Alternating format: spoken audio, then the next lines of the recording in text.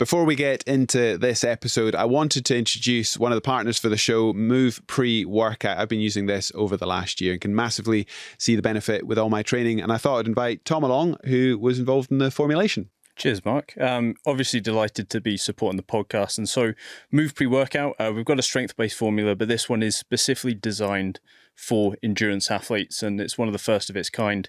We're just focusing on really high-quality ingredients that are going to benefit endurance performance of any kind. So, yeah, we're really excited by the product and delighted to be supporting podcasts like yourself. Oh, it's amazing. And this is something that you are specifically taking before your training, before your rides, to be in best possible shape. I'd encourage you to give it a try. Go to movepreworkout.com and for a 20% discount, put the word endurance in at checkout. On with the show. During the Endurance podcast series, we're not just going to hear from some of the world's experts, the people who have wise words to share, but also community builders, people who aren't necessarily the experts or the elites, but people whose passion is to give the quiet confidence for people to get out there and push themselves, to travel, to spend time on the bike, to go a little bit further. So they don't have to be an expert at the endurance themselves, but they have to have wise words to say on how do we get people to really get out there and push their ambitions. And in that regard, we've got a perfect guest in the shape of Luca Kuhn, who has joined us for the last couple of days in sunny Mallorca and taken on her first century ride. And this is not any normal century ride. This is truly epic, very, very hilly and incredibly hot. And it was a proper adventure. Loved it. We've had an amazing 48 hours in Mallorca. Well, I speak for myself. I've loved it. But before we get to the adventure that we've had, thank you for joining us. Thank you for giving up your time to come on this amazing adventure with us and join the Endurance podcast. Where do we start? Well, maybe let's start at the beginning. What's the origin story? Where did Luca begin her adventures? Thank you both for having me, firstly. I've had a great 48 hours and a wonderful ride. I guess where do I start? So I started the brand Luca out of frustration that the women's wear in cycling just didn't really seem to be matched to the men's. But this is really just the first thought I had. After speaking to many women, cyclists, non-cyclists, I realised there was also a big gap in terms of how to get into the sport and how to nurture people. How do you clip in? Where do you ride? Who do you ride with? There were so many questions. So not only did I feel like there was something missing in the garments, I felt like there was a community missing of women that got other women into the sport. I mean, I'd love to hear more about that. And I guess Martin's going to be able to relate to that entrepreneurial journey. Maybe before we come back to Luca, and I've loved following how you promote that community. For you personally, like, where did you grow up? Did you have access to sport in the outdoors, or is this something you came to in adult life? So growing up in between Germany and Switzerland, I was born in the Swiss mountains near St. Moritz. I had the pleasure of spending both my summers and winters in the mountains, skiing or swimming, mountain biking. So I've always felt most at peace in nature. And I think I've taken that with me and I want to share that as much as possible with as many people as possible. What about your own sort of journey into sport and cycling? Because I know it's not just cycling for you. You're involved in what I would call all sorts of intimidating, crazy sports. So, I mean, you've clearly normalized jumping out of planes in your world. That's not normal to me. So I'm always interested in that perception. So, you look at what I've done and go, wow, how would you do that? And I'm like, how do you do what you do?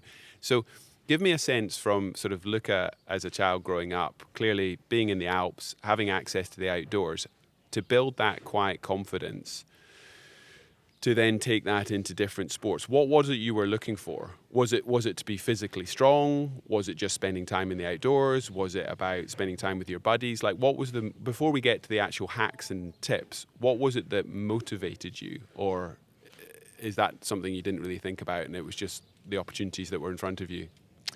I always loved being in nature and exercising in nature. I've always loved being strong, but I've never been like to be told something is impossible to do or you could never. So anything that, like, surely you can't jump out of a plane, like, no, yes, you can. And I think I take that into everything else I do. I signed up for a marathon only being able to run 5 kilometers at a time, but I wanted to prove to myself, mind over matter, like you can do it. It just takes the right training and the right mind. And I think that's really where everything I do stems from. So you're now living in London, very different to what we've talked about, the scenery and the beauty of the Alps and the mountains of Switzerland.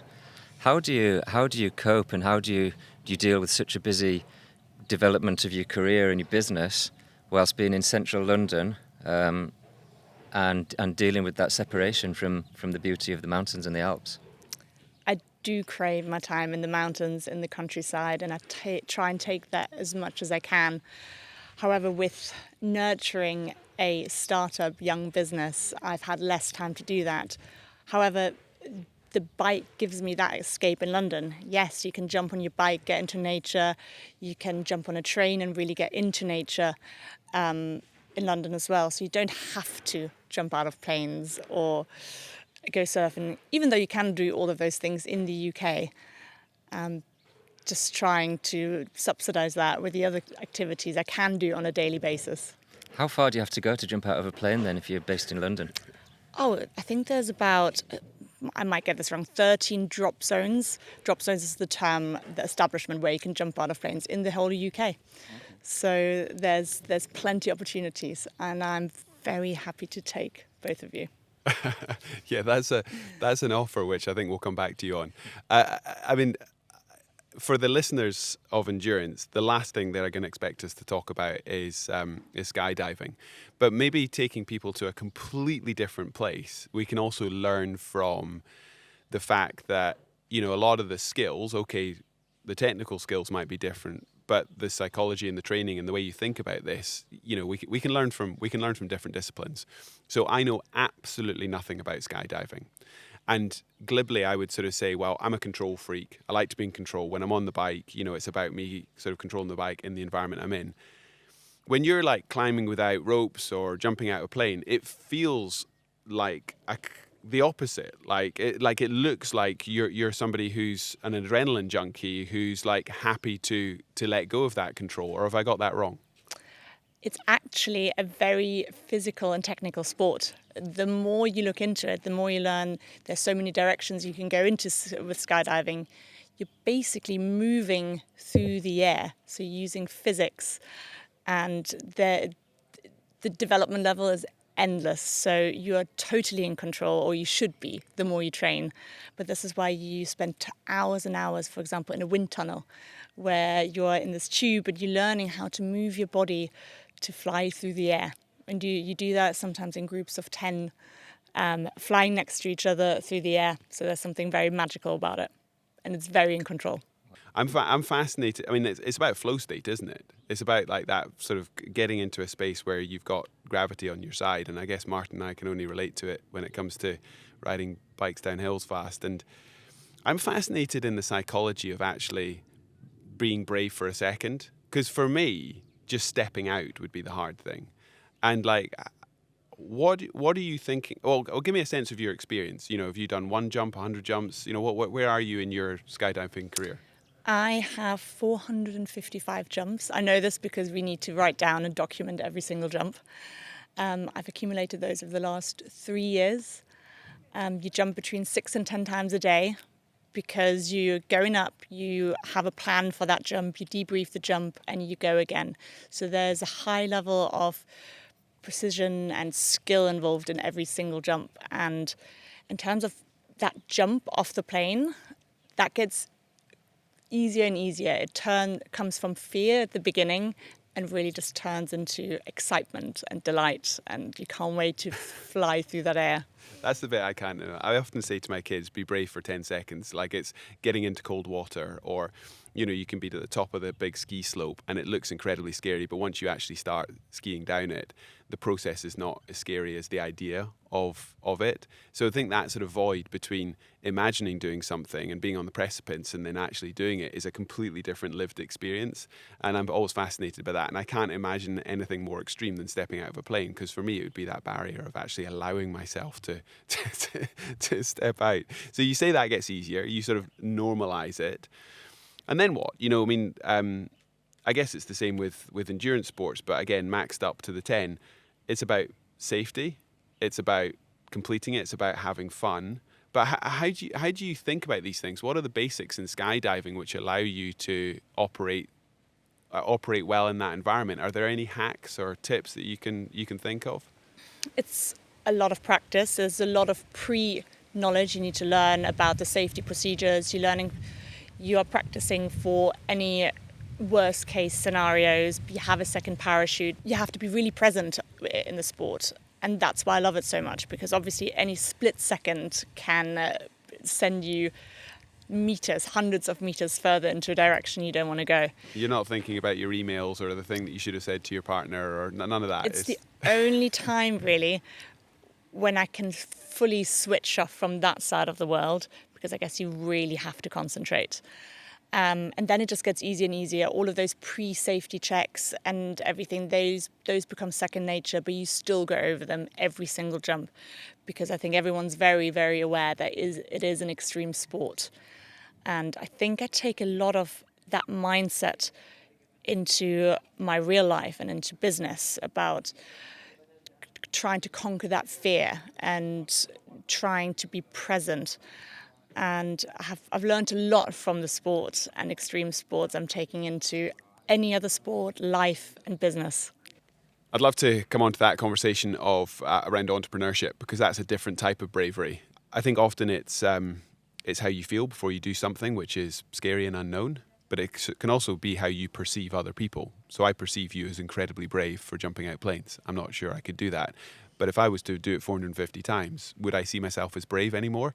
And it's interesting, isn't it? Like how you see you and how I see you, and what you look up to and what you respect based on other people's, lived experience. So is that something you think about? I mean, it's interesting that you've already made the connection between bravery, that's the word that I'm using to describe what you just said, and how you then sort of reframe who you are. You look in the mirror and go, I'm that sort of person. Which is such a cool thing as an adult, isn't it? Even as a child, like going, I've grown into that idea of myself. I mean, there's many things where I wouldn't say I'm very brave. I wouldn't say I'm very brave at public speaking. I get very nervous. There's many other things people do, and I think it's just what you're comfortable with. 3 years ago, I wasn't a skydiver, and I just threw myself into the sport because... Literally. Yeah, literally threw myself out of that plane because I just wanted to prove to myself that I can do anything I want to do. And I think that I take that into all of the other sports, like anything. I only picked up cycling later in life, and then here I am, I'm like, I want to do epic rides and challenges. I just want to prove to myself, now of course you can do it. Like, feel the fear and then do it anyway. How did you feel, if you can remember, if you think back 3 years ago, that first time when you were up there in the sky, seconds before you jumped out of that plane? Absolutely terrifying, really. Because your mind and your body is telling you, what the hell are you doing? You're jumping out of a perfectly fine plane. And the second you jump, you're like, okay, wow. And especially when you land and you're safe and you're like, I just want to do it again. And there are often moments where it just feels scary. Things move and happen very fast. At the same time, I've taken so much from that sport and I'm totally addicted.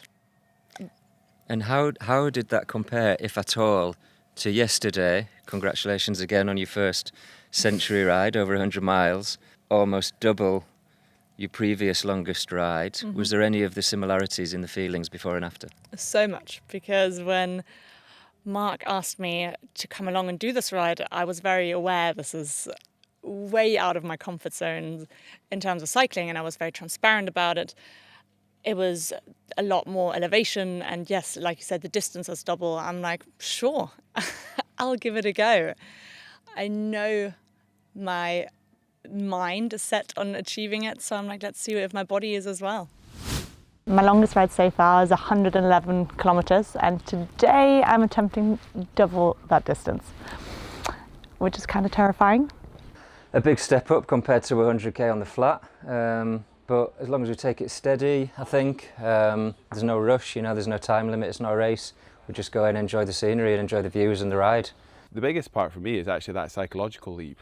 You don't need to race, you don't need to push yourself in terms of physically, it's just a much longer day on the bike. It's obviously a step into the unknown, but I believe in her. Okay. Let's do it. I'll follow your lead.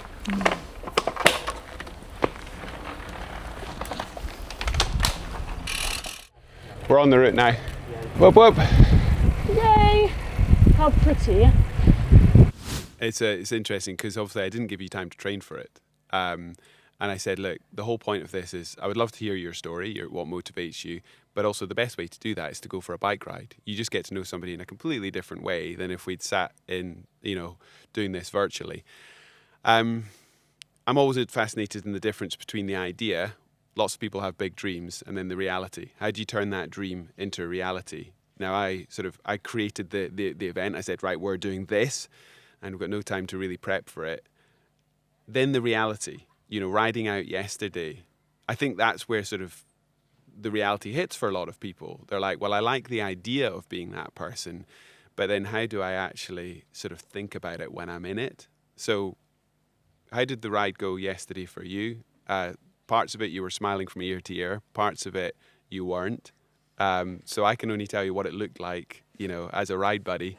What did it feel like for you? I'd be lying if I said it was all smiles. There were some moments that felt really hard. I've never climbed so much, and it was hot, and I was really pushing my body to its limits. And that first really, really long climb, I think I pushed a little bit too far. My heart rate was over 180. But all I knew is that I wanted to finish. One sec, I feel really dizzy. That's all right. Do you do something sugary? Oh.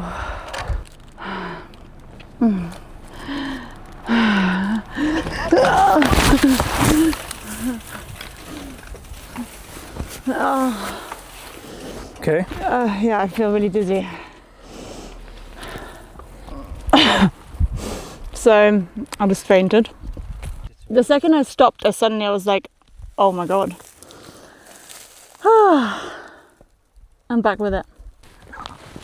Let's not tell anyone. I know it's going to go in the video, isn't it? Already, it's a really nice shot, nice audio. Great. Luca goes fucking over the rails. Well, that's happened on my first ever big training ride. Great. When we were about 70 kilometers in and you had a blip, I think none of us quite knew what that was, but you fainted. You had a moment where I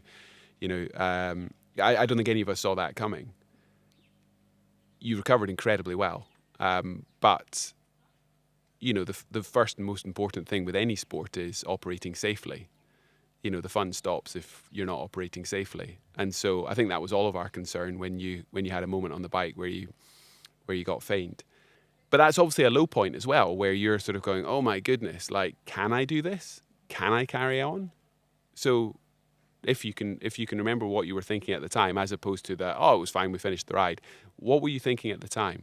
Was there a crisis point, or were you just fighting to get back on the bike? Oh, absolutely. But to be honest, I actually stopped. So basically when I was riding, I felt my knee, because I also had a meniscus and ACL injury. I started feeling it seize up a little bit. So I was like, okay, I better stop and give it a stretch out. And that was actually the only reason why I stopped. So the second I obviously abruptly stopped, I suddenly felt this dizziness come over me, and I knew I was going. I think I remember being like, okay, here it goes, and obviously fell backwards into the grass. And when I first came to my senses again, all I could think of was like, no, I want to finish this.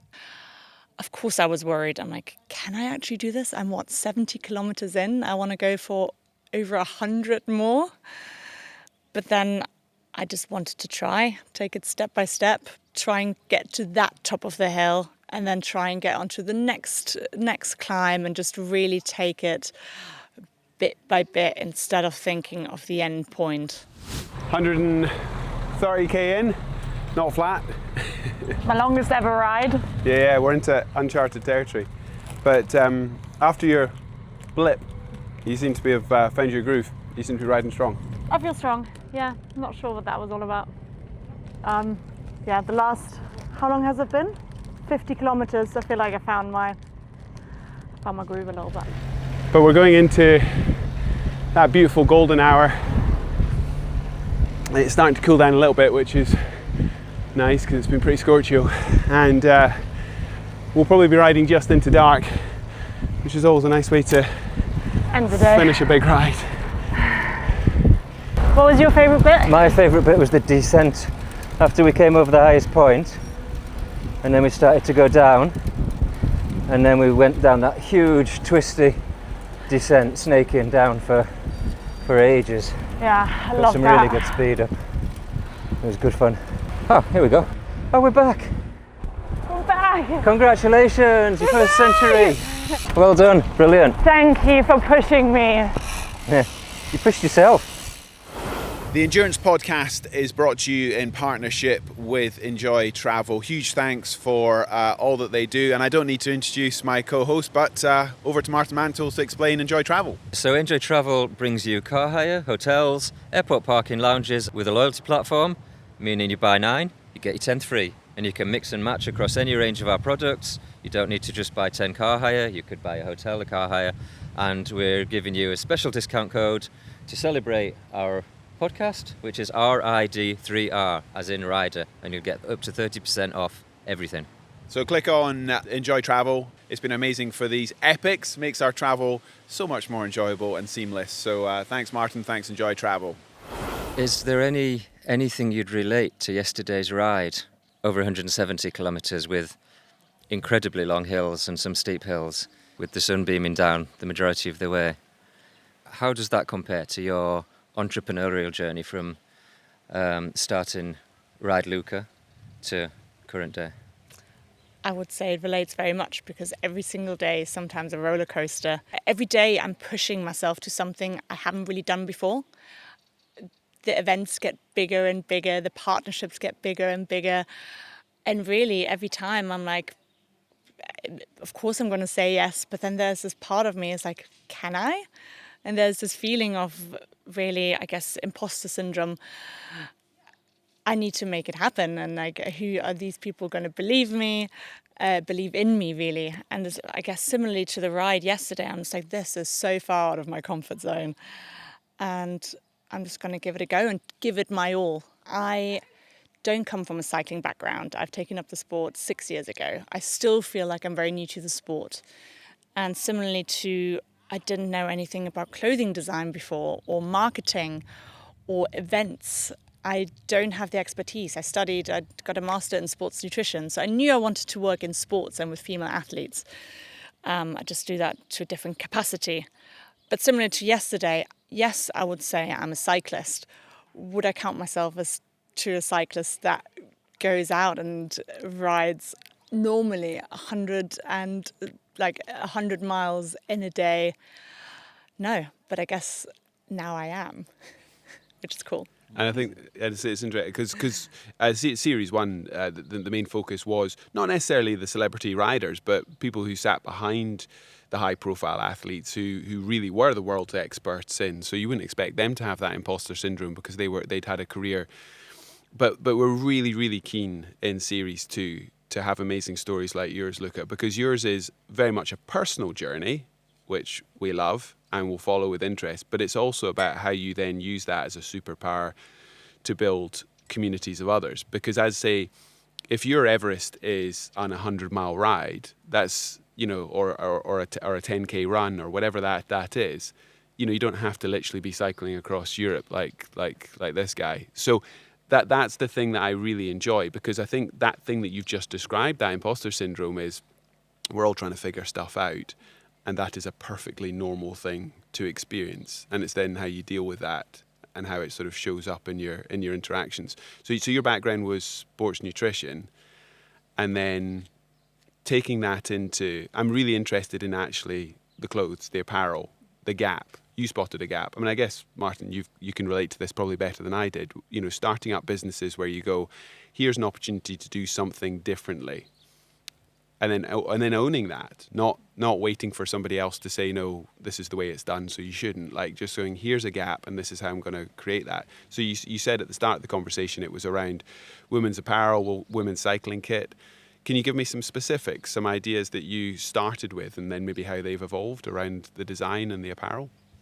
Well, the first thing I really noticed, and this was just by me getting into the sport and shopping, I'm like, there's nothing that really speaks to women in the cycling wear. Everything really just looked like a smaller version of the men's wear. It was either black or had really loud logos, a pattern. It wasn't just simply beautiful and almost timeless. So I felt like there was something aesthetically missing. But then also in how some of the items were constructed, I'm like, surely that is designed towards a men's body. But if you went back to the drawing board, what would a woman want in her bib shorts? How would that be designed when you actually start from scratch looking at the female body and its desires and its needs? So this is really where everything we do comes from. How would it be designed for a woman's body? And it's totally different. Your bib shorts are completely different to anything else I've seen on the market. I mean, we don't have one here to hold up, but just describe what that is, because you've known the rules well enough to break the rules. You've broken the rules and you've come up with something completely different on the market. What is that? Take that one garment. So originally it was called our signature bib shorts, but then after a couple of months in, and the feedback we received was like, it's so much more than a bib short. It has a completely different design. This is why we called it the Road All-in-One. I was very frustrated with the original bib shorts, how they had these two straps that go over your chest. Us ladies, we have breasts. So which part of the breast is that strap going to sit on top of? And what would it look like? You can't wear it without a jersey, otherwise you're fully exposed. So this is where our design element of the overlapping front comes in. So it's supportive, it looks beautiful, worn without a jersey, and it's just comfortable and supportive. And that previously didn't exist? Nothing I found current in the market really covered those elements. So from that concept, how did you take that from just an idea to where it is today? So I very much started with that idea and all the things I was passionate about with the business. It stemmed from the garments, but then speaking to many other women, the feedback was always they got into the sport through a partner or their parents. So I really wanted to be that community where women felt supported by other women to get into cycling. And this is really where all the events come in, the women bike mechanic workshops, the beginner-friendly group rides, where anyone can turn up. No one is left behind. I will always make sure that I cycle with the very slowest person in the group so they feel supported. And often that's why they come back and then they go on to other group rides. They go on and do Ironmans. And this is really where all the passion comes from, inspiring hopefully other women to take that next step, to go to that group ride, to sign up for that event. That concept of you've got a core idea, you've launched a brand, you've come up with something unique, but then there's a ton of other skill sets you need to learn to be able to deliver that core thing. So the first time I cycled around the world, I knew I could ride a bike. But actually to make a success of that, and this is what people don't think of, they think I just rode my bike, trained hard, and then got out there and rode around the world. I had to learn so much about broadcasting. I had to learn so much about how to think of it in terms of the partners that I was bringing in, the sponsors to fund the thing. So those two skill sets in terms of the funding for it and the media side of it, actually what created a career and a business out of it for me, whereas most people just look at it from the output and they just see a bike rider or they'll just see a bit of apparel. I don't know if you can relate to this, Martin, in terms of your businesses where you've got the core product, if you like, the thing that you're selling, but actually as the entrepreneur, there's 101 other things that you need to sort of upskill on to allow yourself to do the core bit well. And that's not necessarily what the market sees.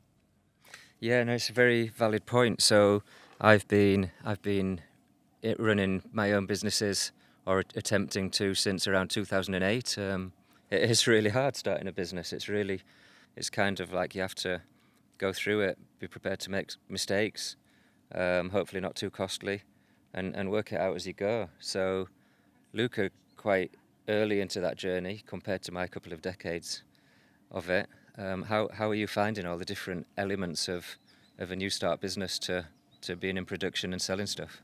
Well, I can very much relate to the things not working out, because I really go by, you got to try and fail, and if you fail fast, like, just pick it up again. And not every initiative is going to work out. And I guess I'm only, a year and a half in since launching the brand, but I'm doing mistakes all the time. I'm spending money on bits that afterwards, like, oh, well, that was unnecessary. But you just got to learn by doing, because there's no rule book. There's almost, yes, of course you can ask people and you can find mentors, but they are not doing exactly what you are doing. So you're just going to try lots of different things and see where really the rewards come from. And then I guess with everything I'm doing on a daily basis, from website, events, but then always thinking very much ahead. We need to think about next year's summer and winter collection while still having to shoot this year's winter collection. So you always have to plan ahead. And I think I'm learning a lot about it all the time. I need to present, I need to be present at events, I need to be a partnership manager. And I guess at the same time, I need to be, and I love being in the center of the community. So yeah, very overwhelming. Why other people care in those journeys is often how you communicate them. I mean, even budding up and doing this podcast series, trying to hopefully share interesting conversations around ambition. Now, it can be ambition on the bike, it can be ambition in entrepreneurship. Both of your businesses rely on a lot of online interaction, but ultimately it's about making sure that the authentic story of what you're building makes sense in the digital space as well. That's something I've got far less experience of. So whether it's Enjoy or Ride Luca, I just wonder if there's any thoughts that can help people in terms of how you make sense of your message succinctly and authentically online. I guess for me, it's always been about have a clear message. And for me, that clear message is just, I want to support women. If that is to get on their first bike ride, to just take a further step. And if that's just taking down the barriers of why women wouldn't be getting into cycling. And just spreading that message authentically also over the internet is super important, because of course those in real life events are very personal and people get to meet me and we really get to build a bond. But I'm like you said, how to share that with the online crowd can be like, there's many touch points and there's like blog posts and videos and just sharing the events we do as a brand and really what we're all about is really important to get across in the right way. Yeah, for sure. I don't know if you get any, have things changed with Enjoy in terms of how you try and connect? Yeah, so things have changed quite significantly, I'd say quite recently. So we've spent the last few years really building the platform, building the tech, making it as slick as possible, bringing all the different products together, from car hire to airport parking, hotels, all the different things we sell, experiences. But everything's changed radically, I would say, over the last 6 to 12 months with AI. It's radically changing how people search, how people shop on the internet, and I think it's only going to become more and more accelerated quickly into the future as people are moving away from traditional ways of finding things online to just being able to type something into AI, whatever it might be, Google, ChatGPT, whatever, and it's moving. There's a significant shift away from the kind of traditional. How you get your voice across to the customer is like that trusted source. So whether it's yourself, Luca, in terms of you're at the heart of the brand, your name is literally in the brand, Ride Luca, you are Luca. I think in the world where you have access to all information, and as you say, AI is changing the way we search for information, I think what people are going to crave for more and more and more is that trusted voice. Am I actually speaking to a person who I recognise and would spend time on a bike ride with or in the pub with? Or am I just getting aggregated information? So I think, actually I've changed the way I look at written blogs, because I always slightly distrust whether sort of the person who's authored it actually wrote it. Whereas if they're sitting here on a video podcast, AI's not yet able to, turn us into bots. And so that trusted source, what I say is what I'm saying, as opposed to something I've written which could be aggregated information. So I think actually sort of going back to the basics and communicating information authentically from yourself, Luca, Martin and myself, as opposed to just information that you might search for under, I think that is, people are going to crave that space where they're actually getting information from the person or source that they trust and are interested in, which I think is an interesting sort of, it's a step back, because people are craving that sort of real world interaction in the world where you can find out anything from anyone. Yeah, I think it's such an interesting topic, how AI's changing things on the internet, but typically websites and online search have really highly been built on what do search engines want, or is it taken almost a step backwards to try and go forward to just focus on the user experience and the brand and what you're trying to convey? And I think whilst AI is overtaking the internet and the way people search, that much more traditional, original, authentic kind of what are people looking for when they land on your website is actually coming back and is becoming more important again. We've ended up sort of weaving an interesting track between your personal background, Luca, the ride we took on yesterday, the brand Ride Luca and where you are in that, and then, onto wider sort of entrepreneurial topics. And that's exactly what we're hoping to cover, in some of these conversations.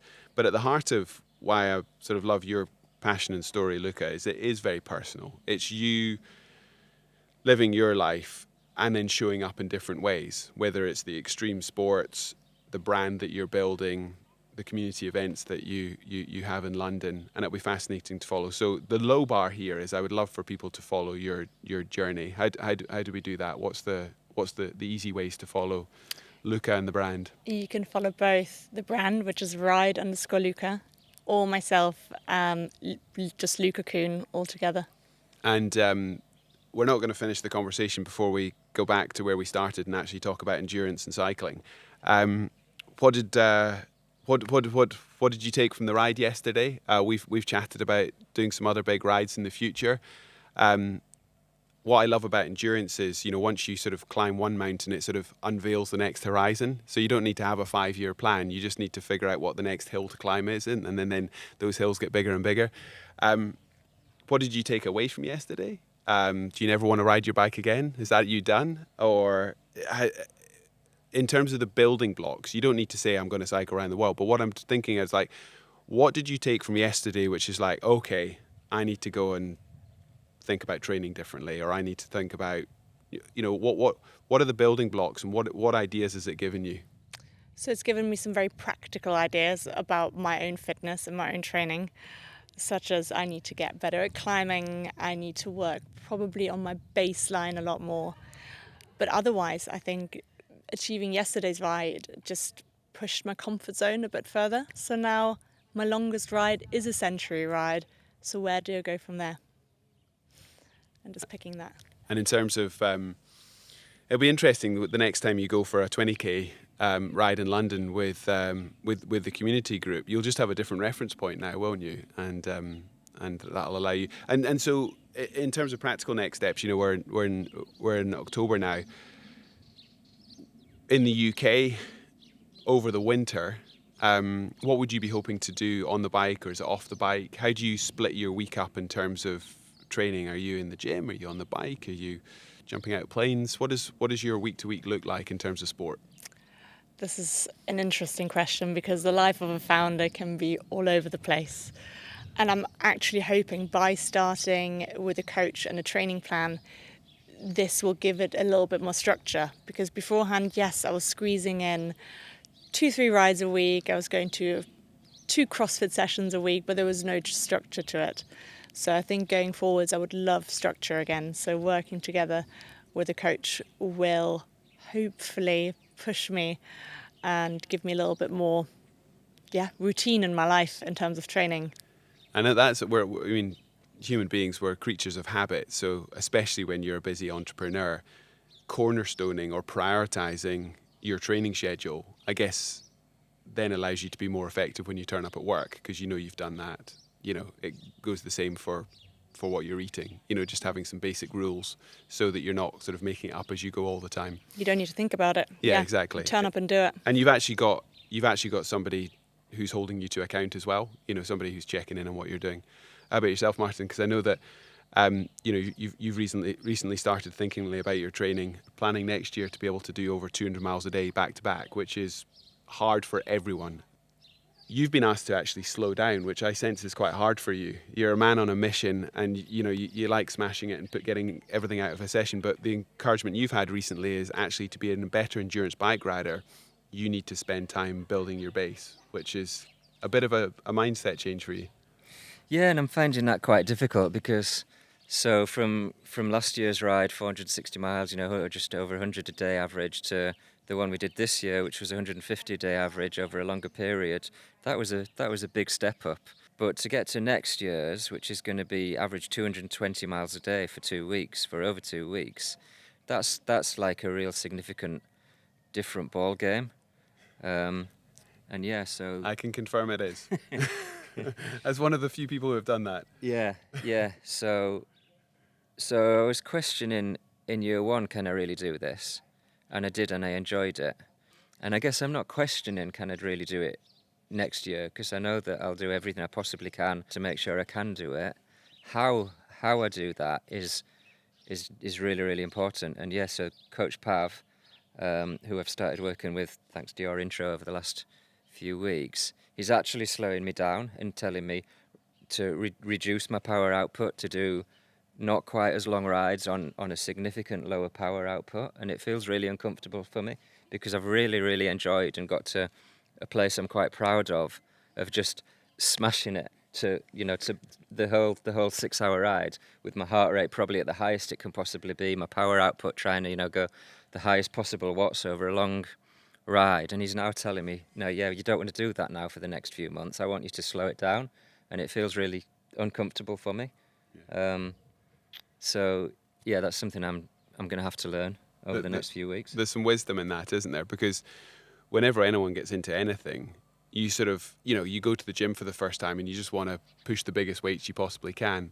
And then obviously to get pro at anything, you need to build that base. You need to build that physiology where actually the biggest thing with ultra endurance is your resilience to injury. The fact that you're not just good on day one, but you're good on, week 2 and onwards. And that ability to get up and go again.